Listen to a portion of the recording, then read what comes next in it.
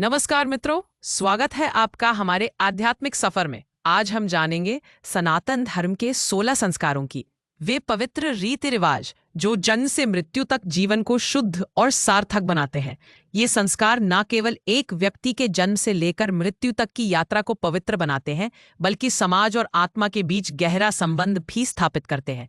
सनातन धर्म में जीवन एक पवित्र यात्रा है और इस यात्रा को सुंदर बनाने के लिए है 16 संस्कार। ये संस्कार वैदिक ग्रंथों जैसे गृह सूत्रों से आए हैं। ये न केवल जीवन के महत्वपूर्ण पड़ावों को चिह्नित करते हैं, बल्कि आत्मा को शुद्ध कर धर्म, नैतिकता और सामाजिक मूल्यों से जोड़ते हैं। साथ ही साथ समाज और आत्मा के बीच गहरा संबंध भी स्थापित करते हैं। लेकिन ये 16 संस्कार कौन से हैं? आइए एक एक कर जाने। पहला संस्कार है गर्भाधान संस्कार। ये संस्कार दंपत्ति द्वारा संतान प्राप्ति के लिए किया जाने वाला पहला आध्यात्मिक संकल्प है। इसमें वेद मंत्रों द्वारा उच्च विचार और शुद्ध संकल्प का आह्वान किया जाता है ताकि उत्तम संतति जन्म ले। दूसरा है पुंसवन संस्कार, जो गर्भ के तीसरे महीने में होता है। यह माँ और बच्चे के स्वास्थ्य के लिए किया जाता है ताकि पुत्र संतान की प्राप्ति हो और गर्भ सुरक्षित रहे। इसमें विशेष जड़ी बूटियों और मंत्रों का प्रयोग होता है। तीसरा सीमंतोन्नयन संस्कार गर्भ के 6 या 8वें महीने में होता है। माँ की गोद भरी जाती है और बच्चे के बौद्धिक विकास के लिए प्रार्थना की जाती है। गर्भवती माँ के लिए यह संस्कार मानसिक स्थिरता और प्रसन्नता के लिए किया जाता है। बालों में विभाजन करके मंगल कर्म किए जाते हैं, जिससे माँ और शिशु दोनों की रक्षा हो।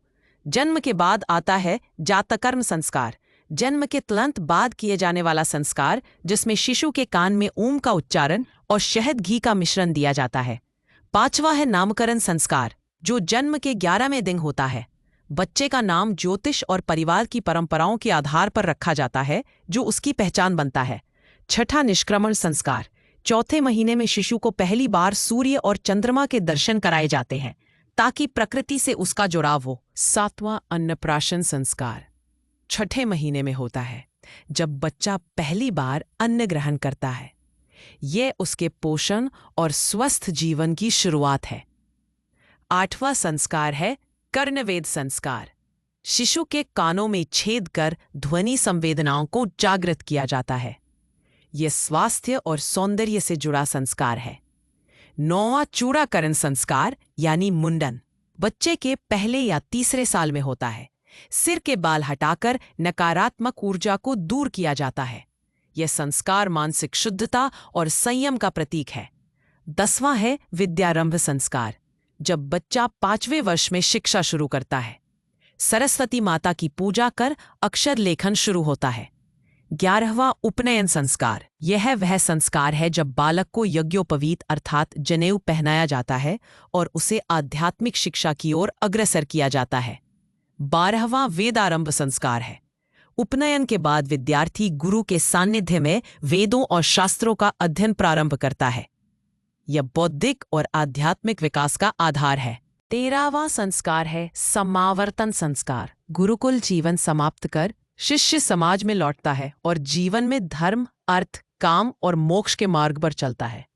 14वां विवाह संस्कार जीवन का सबसे महत्वपूर्ण संस्कार है। यह 2 आत्माओं का पवित्र बंधन है जो गृहस्थ जीवन की नींव रखता है। सप्तपदी और मंत्रों के साथ दंपति धर्म, अर्थ और काम के लिए संकल्प लेते हैं। 15वां वानप्रस्थ संस्कार, जब व्यक्ति गृहस्थ जीवन के कर्तव्यों से मुक्त होकर आध्यात्मिक जीवन की ओर बढ़ता है। यह मोक्ष की तैयारी है। 16वां और अंतिम है अंत्येष्टि संस्कार यानी अंतिम संस्कार। मृत्यु के बाद आत्मा की शांति और मुक्ति के लिए यह संस्कार किया जाता है, जिसमें अग्नि को शरीर समर्पित किया जाता है। शारीरिक शरीर को पंच तत्वों में विलीन किया जाता है और आत्मा को मोक्ष की ओर प्रस्थान कराया जाता है।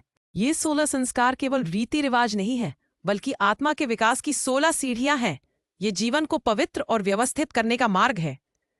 इनका उद्देश्य है शरीर, मन और आत्मा को शुद्ध करके मनुष्य को परम सत्य की ओर अग्रसर करना। ये हमें जन्म से मृत्यु तक धर्म, संस्कृति और आध्यात्मिकता से जोड़ते हैं। आज भी कई परिवार इन संस्कारों को अपनाते हैं, चाहे वो नामकरण हो, विवाह हो या अंत्येष्टि। ये संस्कार हमें सिखाते हैं कि जीवन एक चक्र है और हर पड़ाव पर ईश्वर की कृपा और शुद्धता जरूरी है। यह हमारी पहचान और विरासत का हिस्सा है।